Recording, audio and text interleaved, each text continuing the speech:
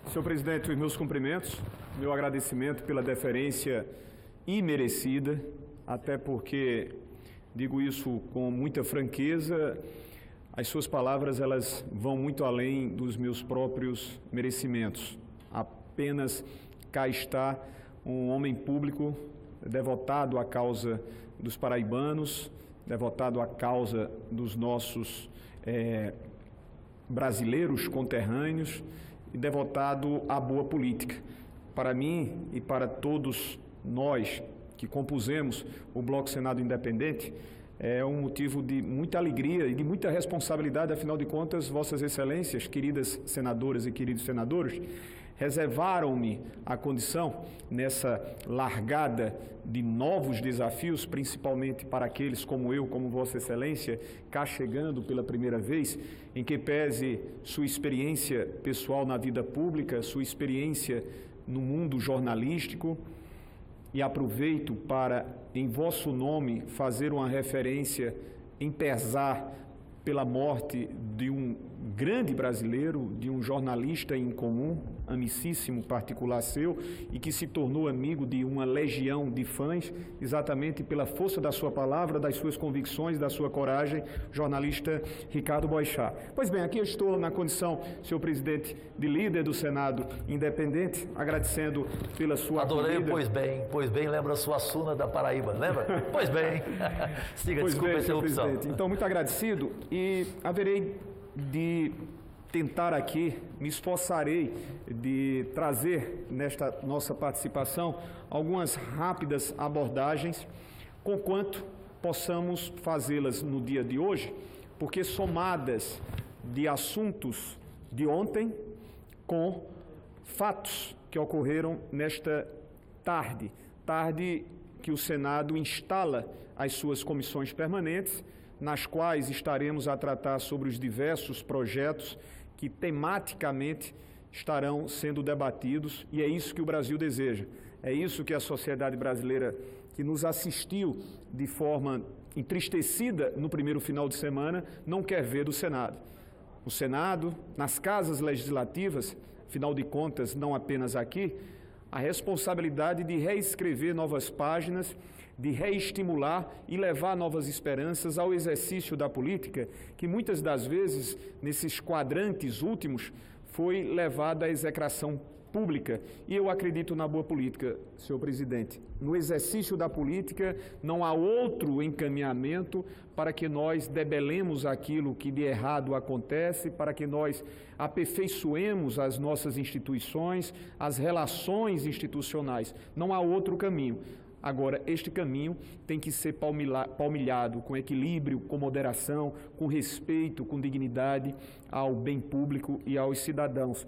Hoje, o Senado, de uma forma muito harmoniosa, passados aqueles primeiros instantes indesejáveis, fez as escolhas remanescentes à mesa diretora, depois consensualizou a presença de senhores presidentes, vice-presidentes e integrantes das comissões permanentes, para, a partir da próxima semana, se debruçar sobre a produção legislativa de projetos importantíssimos. E um deles, já entrando nos assuntos que desejo versar rapidamente, como me comprometi com Vossa Excelência e com os demais companheiros, quero saudar aqui ao pronunciamento do senador Messias, muito preciso, muito enfático, mas necessário, versando sobre as questões do seu querido estado de Roraima, versando e sem perdas do respeito à autodeterminação do povo venezuelano, mas nós sabemos muito bem como se deram e como ainda continua a se dar as relações políticas naquele vizinho país. Ontem nós desarquivávamos acertada e corretamente um projeto muito importante, que tratará ou que voltará a tratar sobre o assunto de segurança das barragens em nosso país. Veja, Sua Excelência, presidente Jorge Cajuru, a pergunta que eu fiz, me somando, entre outros, aos seus pronunciamentos e aos pronunciamentos da Casa que unanimemente concordaram pelo desarquivamento do projeto do então senador Ricardo Ferraço, apresentado pelo senador Elmano Ferrer, é que eu carrego comigo uma dúvida. Será que nós, não temos no país legislações que já fossem suficientes para impedir terrores, entre outros vividos outrora e outros vividos odiernamente? Penso eu que sim, presidente Cajuru. Isso não significa dizer que nós não tenhamos que voltar e estabelecer com maiores critérios, com maiores rigores. Inclusive, depois daquele episódio de Mariana, eu estava na Câmara Federal, exercendo o mandato que me foi reservado pelo povo de Campina Grande e da Paraíba, eu tive a oportunidade de apresentar um projeto de lei que estabelecia exatamente alguns novos critérios rígidos. Esse projeto não foi adiante porque concluímos o nosso mandato. Como Vossa Excelência e os senhores e senhoras, e quero saudar a todos os funcionários que integram o corpo de serventuários desta casa, leva-se ao arquivamento e termina-se por perder de vista o bom debate. Cá cheguei e foi um dos primeiros que nós apresentamos. Eu concordo com esses novos critérios. Necessário se faz que novos rigores, novas exigências se deem. Mas, senhor presidente, aquilo que ocorreu em Mariana, aquilo que voltou a ocorrer desta feita com maiores dores e lamentações por força de mais de 300 vidas terem sido ceifadas, elas poderiam ter sido evitadas sem necessariamente que nós estivéssemos aqui a falar sobre novas legislações, principalmente, senhor presidente, porque este projeto vai modificar um de 2010, um curto período já se faz necessário. Em suma, o que eu quero falar, amigos e amigas que nos escutam e que nos veem, é que o que falta mais ao país, o que falta mais aos poderes é exatamente fazer cumprir com aquilo que já existe no regramento do direito positivo nacional. Seja este em nível federal, seja este regramento em nível estadual ou em nível municipal. Observemos nós aquilo que também nos levou a um choro copioso de toda a nação brasileira, a perda de 10 jovens vidas, integrantes, jovens atletas do Clube de Regatas Flamengo. Ora, o que vem ficando à tona de conhecimento nosso é de que tanto a entidade que está em luto, não há dúvidas que a nação rubro-negra encontra-se em luto, que a própria direção encontra-se em luto, mas negligenciou o poder público municipal, porque ao aplicar diversas vezes multas com perspectivas e consequências para a interdição, não fez o que era do seu dever. E não nos venham trazer como justificativas que não havia direito ou dever de polícia para tanto. Então, na verdade, é importante que nós façamos com que tenhamos nesta casa, tenhamos nos poderes legislativos a missão precípua de legislar, mas em especial de fazer com que aquilo que já foi legislado possa ser efetivamente cumprido. Quero dizer a Vossa Excelência, senador Jorge Cajuru, hoje pela manhã nós estivemos participando e encontrei muitos conterrâneos, gestores seus, do nosso querido vizinho estado do Goiás, prefeitos que vieram para discutirem já, preparando a pauta para a futura marcha que se dará dos prefeitos no mês de abril. Eu fui prefeito, senador presidente Jorge Cajuru, honrosamente me concedeu a alegria de poder administrá-la a cidade de Campina Grande, maior cidade do interior, do norte e nordeste do país, por 8 anos, de 2005 a 2012. Então eu sei plenamente o que significa ser gestor público municipal. E muitas vezes, e Vossa Excelência aqui haverá de estar recebendo caravanas de prefeitos a dizer como se fosse uma ladainha, um estribilho permanente do quão delicadas são essas situações, de quem recebe pouco até mesmo para cumprir as obrigações ordinárias de uma folha de pagamento dos seus servidores. Essa é a realidade. Alguns dizem, meu querido senador Regufe, ora, a partir da Constituição de 88, o que os estados brasileiros, o que os municípios, minha senadora querida, combativa, aguerrida, que integra o nosso bloco, senadora Elisiane, os estados e municípios nunca receberam tanto. Eu não discordo, mas também não deixaram de receber e de ter novas obrigações que lhes foram destinadas no dia a dia, fosse na saúde, fosse na educação. A conta nunca fecha e passa ano, entra ano, concluídos são períodos legislativos e nós não fazemos um pacto federativo ou não revisamos um pacto federativo e nós não nos não assumimos a responsabilidade de fazer uma reforma tributária e os municípios, todos, santo ano, vamos assim dizer, têm que se submeter a essas peregrinações que quase sempre são inócuas. E eu levo a palavra de um municipalista, que vai defender, como representante do meu estado, os 223 municípios da Paraíba, sabendo pelo que passam, necessidade de se fazer um pacto federativo efetivo, que a União não postergue mais essa discussão, porque não quer abrir parte do bolo orçamentário que mal conduz e que mal gasta. Nós precisamos fazer isso. E aí os meus cumprimentos por aqueles que estiveram hoje e estarão amanhã presentes na capital federal, porque são verdadeiros guerreiros. Senador são determinados.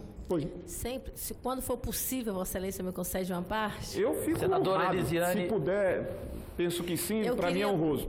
Eu queria, na verdade, senador, só lhe cumprimentar, lhe parabenizar pela condução do bloco, o Senado Independente, que tem uma grandiosa responsabilidade nesta casa e reúne 4 importantes partidos. Tomamos uma decisão muito importante nesse bloco, que é fazer uma atuação com muita responsabilidade, não aderindo, sendo às ações do governo por tabela, mas fazendo uma reflexão de uma forma aprofundada, da mesma forma também não sendo aquela oposição pela oposição sistemática. Então, esse pensamento de equilíbrio e de independência dentro do bloco é extremamente fundamental para este momento que nós estamos vivendo no Brasil. Vossa Excelência incorpora isso muito bem. Quando vem na condução deste bloco, pela sua forma serena, pela sua forma equilibrada, de trabalhar a unidade, de buscar, na verdade, um consenso interno dentro do bloco. Então, eu queria apenas lhe parabenizar. Vossa Excelência traz temas extremamente importantes que têm a ver com a vida das pessoas. Eu sempre digo que não adianta você fazer uma avaliação do cimento, do concreto, se você não fizer uma avaliação de quem vai transitar por esses ambientes, que são as pessoas, que são as crianças, que são as mulheres, que são os idosos, que são as minorias, não é? Aqueles que estão numa situação de maior vulnerabilidade. E Vossa Excelência externaliza muito bem quando traz essa preocupação de uma forma geral com o nosso país. Então, parabéns e que Deus lhe abençoe na condução deste bloco. Minha querida companheira, ex-companheira de Câmara Federal, e já aprendi a lhe admirar pela sua força, pela sua vibração, pelo seu agarrimento, pelo seu encorajamento a defender causas que muitas das vezes não são as mais bem acolhidas, mas que são muito justas. Na Câmara Federal eu tive a oportunidade, se não tivemos, para mim particularmente, a alegria maior, satisfação maior, regozijo maior de poder ter um estreitamento como eu desejava, não foi por força do não desejar seu, mas por uma realidade que é muito diferente desta casa, senador Cajuru, que já veio direto ao Senado Federal. Então, eu fico feliz. Como assim o mencionei na figura de Sua Excelência, senador Cajuru, muito me honra poder representar no quilate que tem a senadora Elisiane, que tem o seu conterrâneo, companheiro, o Everton Rocha, figura também muito competente, extremamente qualificada, e o Brasil conhecerá ainda mais, e já o conheceu bem na tribuna da Câmara dos Deputados. Eu vou encerrar, senhor presidente. Senador Veneziano, me permite uma parte Pois não, meu também? querido senador Regufe. Raro empregado público, senador Regufe. Obrigado, senador Cajuru. Senador Veneziano, eu pedi a parte porque eu quero cumprimentar Vossa Excelência, dizer que Vossa Excelência é muito bem-vindo aqui nessa casa. Essa casa precisa de mais políticos como Vossa Excelência. Tenho certeza que Vossa Excelência vai honrar o Estado da Paraíba aqui nessa casa legislativa e vai cumprir o seu mandato com toda a dignidade como a população espera. Quero parabenizar também Vossa Excelência pela indicação para a liderança do Bloco Senado Independente. E eu penso que esse termo, inclusive, deveria ser o que deveria ser realmente essa casa. Uma casa independente. Essa casa não deve ser um puxadinho do Poder Executivo, do Palácio do Planalto, mas também não pode ser um instrumento de chantagem e barganha e negociata junto a esse outro poder. Essa casa deve cumprir o seu papel constitucional de ser um poder independente. E essa é a visão que Vossa Excelência tem nas conversas que nós tivemos, e eu tenho certeza que Vossa Excelência vai dignificar esse mandato e honrar a população do seu estado, do estado da Paraíba. Queria cumprimentar Vossa Excelência.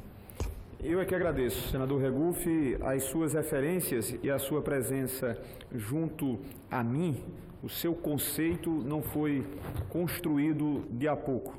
Há alguns anos, passando a acompanhá-lo, e dizia a Vossa Excelência muito francamente, e todos terão a oportunidade de conhecerem uns aos outros no lidar e numa convivência mais próxima. Vossa Excelência saberá que eu sou muito franco, eu sou muito coração, eu sou muito verdadeiro, não sou absolutamente de dissimulações. E as suas palavras, aquilo que as suas convicções expostas de uma forma muito equilibrada, muito amadurecida, mas muito consciente do que o senhor, do que Vossa Excelência pensa como ser certo, e não desconheço o quão certas estão estas convicções, transmitem-nos a segurança da verdade, da boa alma. Então, para mim é uma honra poder estar a ladeá-lo, aprendendo, conhecendo mais sobre esse novo ambiente. Meu senador Cajuru, eu me despeço apenas despedindo-me com um último minuto. Eu fiquei um pouco apreensivo, mas quero crer que o sentido daquilo que foi exposto por alguns periódicos nacionais não vai ser levado ao pé da letra pelo governo federal. Alguns periódicos trouxeram que o governo federal, o Planalto, estabelecerá alguns mimos, vamos assim dizer, minha senadora Elisiane, aos estados e municípios, conquanto haja uma resposta por parte dos seus gestores em relação a temas que serão debatidos sem quaisquer preconceitos, como é o caso da reforma previdenciária. Em outras palavras, se os nossos companheiros, aqueles que sejam aliados ao nosso exercício mandamental, tiverem e receberem alguns dividendos para o exercício dos seus mandatos, serão feitas pressões para que nós nos aliemos sem que conheçamos à profundidade o mérito de qualquer questão. E não é desta forma, não é condicionando. Nós vamos debater as questões que tratarão sobre reforma previdenciária, sim, sem tabus, sem preconceitos, mas não com exigências ou não com condicionamentos, como se o direito dos estados e municípios já não pré-existissem antes de qualquer debate. Então, eu penso que foi um equívoco e não vou levar adiante como interpretando essa matéria como sendo o sentimento do governo federal. Grande abraço, muito grato à Sua Excelência, à sua paciência, à compreensão por ter me estendido mais do que devia, e o meu agradecimento muito sincero às Suas Excelências, senadora Elisiane, e ao meu querido amigo e irmão Regufe, e os cumprimentos a todos os que nos acompanharam.